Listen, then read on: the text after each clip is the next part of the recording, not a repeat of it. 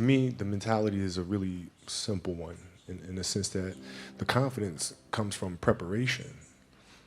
So when the game's on the line, I'm not asking myself to do something that I haven't done thousands of times before, right? So when I prepare, I know what I'm capable of doing, I know what I'm comfortable doing, and I know what I'm not comfortable doing. Right? And so in those moments, if it looks like I'm ice cold or not nervous, it's because I've done it thousands of times before. So what's one more time? Right? Talk about the development of the Mamba mentality, the pillars, the 5 pillars of this Mamba mentality, and then we'll kind of break it down. Well, I mean, overall, the idea is a very simple one. And, the Mamba mentality simply means trying to be the best version of yourself. That's what the mentality means. It means every day, you're trying to become better. And it's a constant quest. It's an infinite quest. Mm-hmm. When you talk about this love, when does it develop? Did you like it when you were 5, or is it something that kind of gradually? It was 2.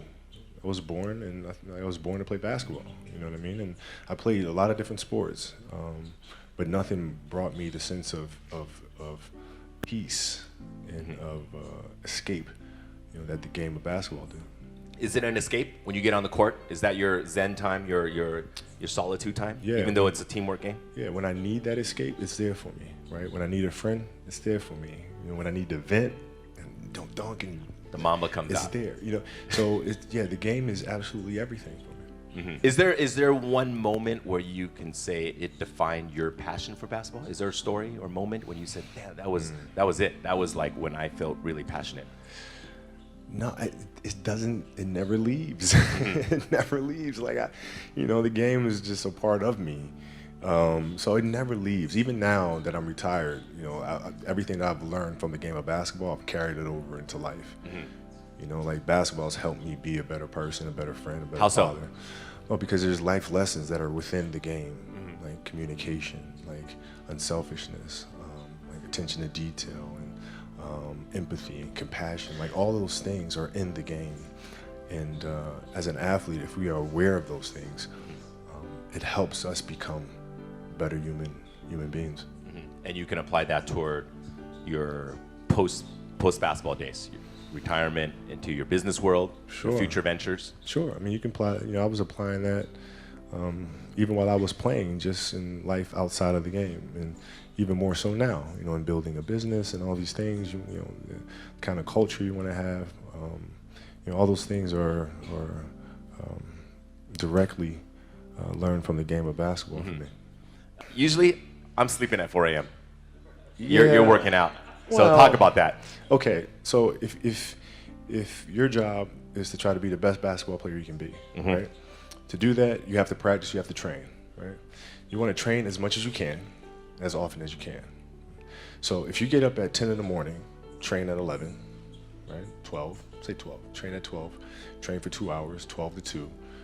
You have to let your body recover, so you eat, recover, whatever. You get back out, you train, start training again at 6. Train from 6 to 8, right? And now you go home, you shower, you eat dinner, you go to bed, you wake up, you do it again, right? Those are 2 sessions. Right? Now imagine you wake up at 3, you train at 4. You go 4 to 6, come home, breakfast, relax, blah, blah, blah. Now you're back at it again, 9 to 11, right? You relax, and now all of a sudden you're back at it again, 2 to 4, and now you're back at it again, 7 to 9. Look how much more training I have done by simply starting at 4, right? And so now you do that, and as the years go on, the separation that you have with your competitors and your peers just grows larger and larger and larger and larger and larger. And by year 5 or 6, doesn't matter what kind of work they do in the summer, they're never going to catch up because they're 5 years behind.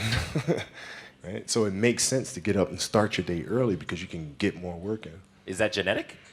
Or is that something you ingrained and trained yourself? No, it was Who just, taught you that? For me, it was just common sense. Like I can if I start earlier, I can train more hours, and I know the other guys aren't doing it because I know what their training schedule is, right? So I know if I do this consistently over time, the gap's just going to widen and widen and widen and widen and widen, and they won't be able to get that back.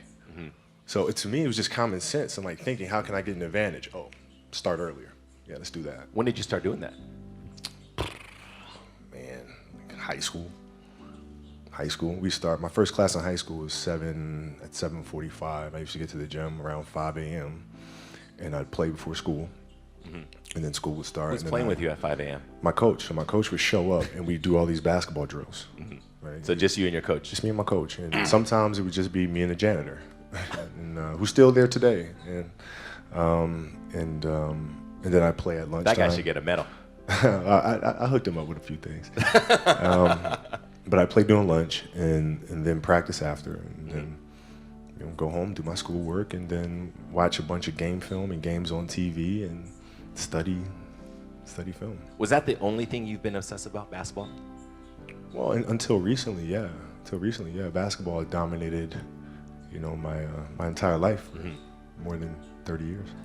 When I brought it up, like, is it genetic or you just learned it? I mean, how did that idea even come up? Because that's obviously a pillar of Mamba mentality, the obsessiveness. This is just, like you said, I'm going to get up at 4, everybody's get up at 6. If everybody's going to get up at 4, I'm going to get up at 2. Right? How do you develop that, or where do you learn that from?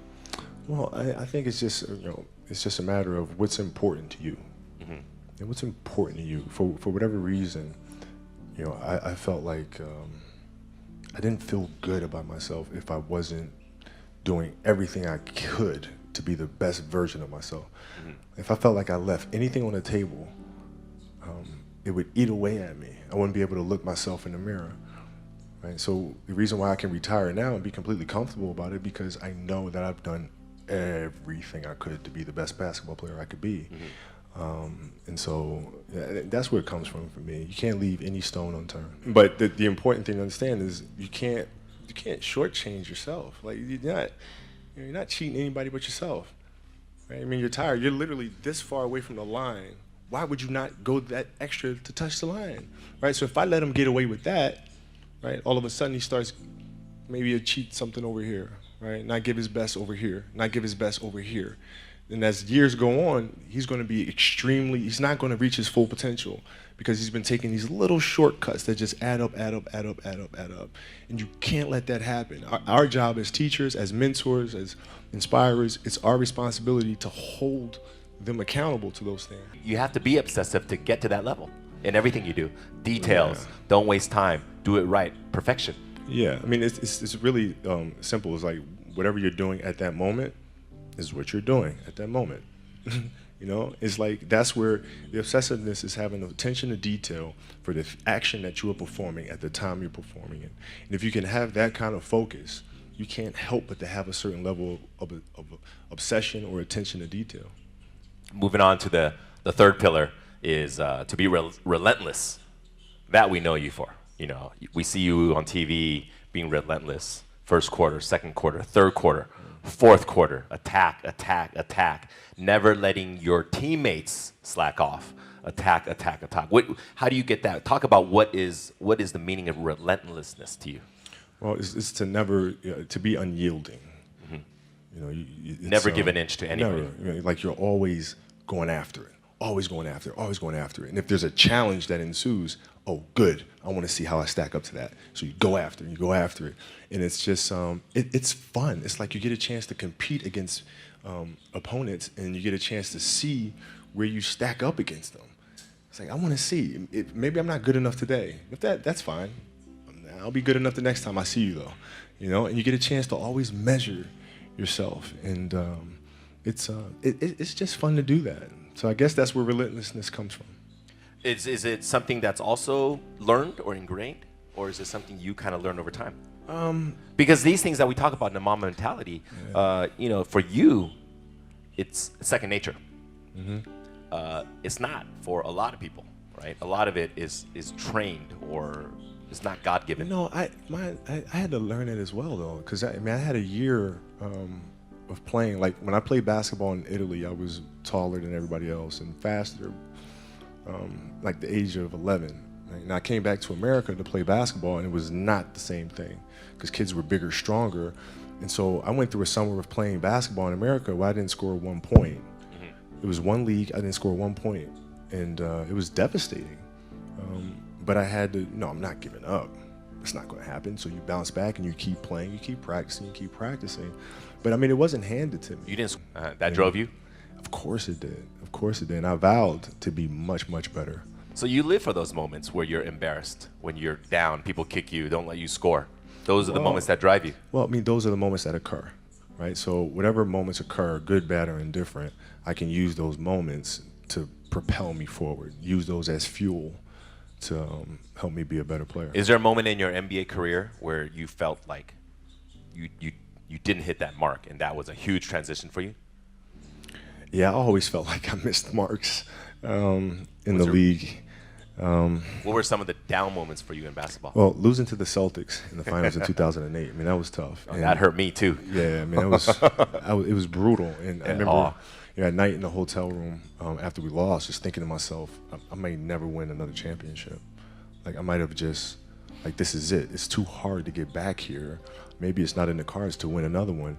And so I go through that night of being mad. And then the next morning I wake up and I start thinking, nah, I gotta fix this. So where did it go wrong? You know, why did we lose? Right? We weren't tough enough. Okay, we weren't tough enough. Whose responsibility is that to make the team tough? It's mine. All right, so now I have to start figuring out how I'm gonna lead this team differently, so to make sure that when we get to the finals the next time, we're tough and ready for this challenge. And you know, that's how you bounce back from those moments. Moving on to the next pillar is to be resilient. I remember this time last year you came and we did a premiere for a movie you did, Muse. Mm-hmm. And a big part of that movie was talking about your injury and coming back to be resilient. Take us back to that day against Phoenix, right? When you injured your Achilles. It's Golden State. It was hard, man. Because the Achilles injury is the worst injury for an athlete. It's like the worst. It's like the kiss of death. And when I ruptured my Achilles, I knew what happened. I knew the severity of the injury, and I didn't know if I was going to come back from it. Yeah, in the locker room, you were crying. Yeah, I mean, I didn't. Like, this is it. Like, my career could be over right now. So how do you get back from that? Because, you know, when you talk about injuries, you know, people sprain their ankles, dislocate your fingers, but Achilles, people don't come back from that. Well, athletes don't come back from that to the level they were before. Yeah. How do you get that resilience? How do you fight that?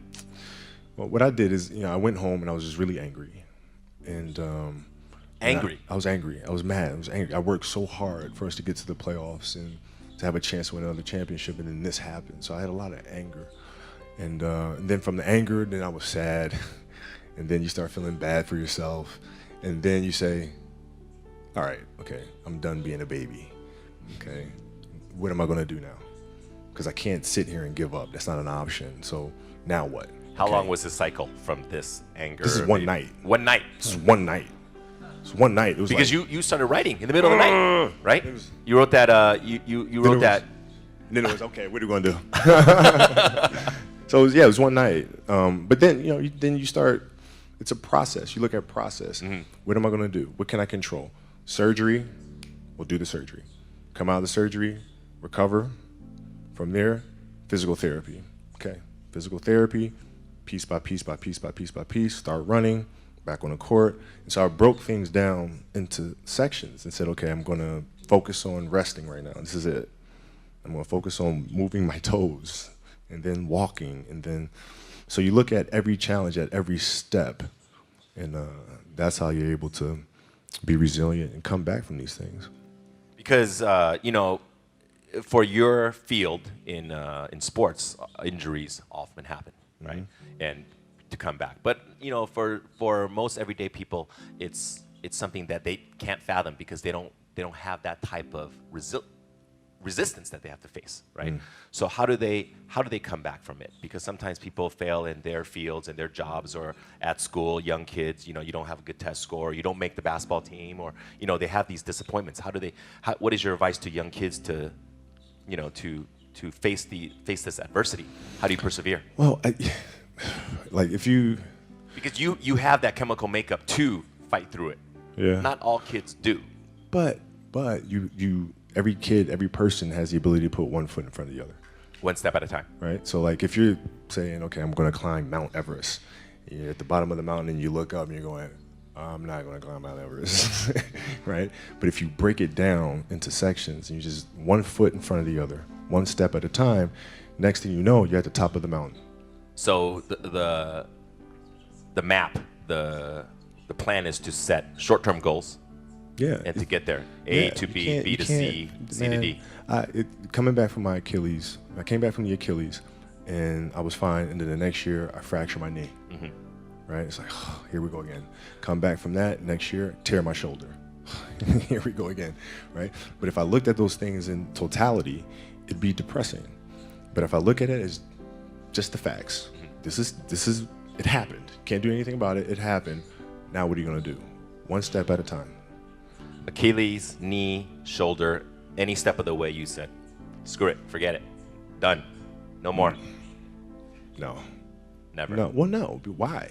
Right? Because you know, as time goes on, I'm sitting there, 70, 80 years old, and I'm going to be wondering if I could have come back from this injury. Mm-hmm. I don't want to wonder. I want to find out. We got to get to that 60-point game. I want to see, man. We got to get to that game. Yeah. If the critics are out there saying he's done, he'll never come back. Well, maybe you're right. Maybe you're not. But let's find out. We got to get there. We got to get there. Last one, to be fearless. You know, that's something that I think every young adult, young kids, they face their fears, right? Mm-hmm. What does that mean to be fearless? Why is that such an important part of the Mamba mentality? Well, man, because I think the greatest fear that we face is ourselves. Actually, you know, I think it's not anything that's external or anything that's superficial. I think the greatest fear you face is yourself, because you know we all have dreams, and it's very scary sometimes to accept the dream that you have, and it's scarier still to say, okay, I want that. It's scary because you're afraid that if you put your heart and soul into it and you fail, then how are you going to feel about yourself, right? So being fearless means putting yourself out there and going for it, no matter what. Go for it, not for anybody else, but for yourself. When you got to the league, you were 18. Did you have any fears before getting there? Or when you got there right away? Yeah, I mean, you know, I had fears that everybody was going to be right. I made a poor choice, poor decision. Jump from high school to the NBA. And I wasn't going to amount to anything. So that was always in the back of my mind, for sure. Mm-hmm. And then, so out of these 5 pillars, which one do you think comes first? Being passionate, being fearless, relentless, resilient, or they just come together all? No, this funny thing is, like, we created these separate pillars, but the reality is it's all one thing, you know, because it all comes from within. It all comes from within us. We all experience these things at different stages and different points, different times. The key, I feel, is just to be aware of those moments as they occur, right? You're aware of a certain fear or a certain obstacle or challenge, right? You're just aware of those things, and then from there you can navigate through them. But I look at them all as one connecting thing. It's very simple. You have to dance beautifully in the box that you are comfortable dancing in, right? So like everybody's box is different. My box was to be extremely ambitious within the sport of basketball. Your box is different than mine, right? Every kid here has their own box, but it doesn't mean that your box isn't as beautiful as mine, right? Everybody has their own. It's your job to try to perfect it and make it as beautiful of a canvas as you can make it. And if you have done that, then you have lived a successful life. You have lived with Mamba mentality, right? So it doesn't mean you have to go out here and do all of these crazy things. I'll have to be like this person or that person. No, what are you comfortable being? What is it that you want to do with your life? And once you have that, then you try to live it to the best of your ability. It's weird. Like my vision of what my goal is changed drastically as I got older. So like as a kid, I said, I want to be the best ever, right? And now you go through your life and everything you do is try to be the best ever, be the best ever, be the best ever. And as you get older, you start understanding that those things are very superficial things, right? And everybody has a different opinion about it. No matter what you do, I can win 20 championships. There's always an opinion on who's the best. Everybody has different opinions. And so I started really kind of understanding, maybe that's not the important thing. Maybe the important thing is to, you know, how do we as a team grow? How do I help my teammates be better? So that was the first change for me. And then as I got older still, it became more about how are you inspiring others, right, to find themselves?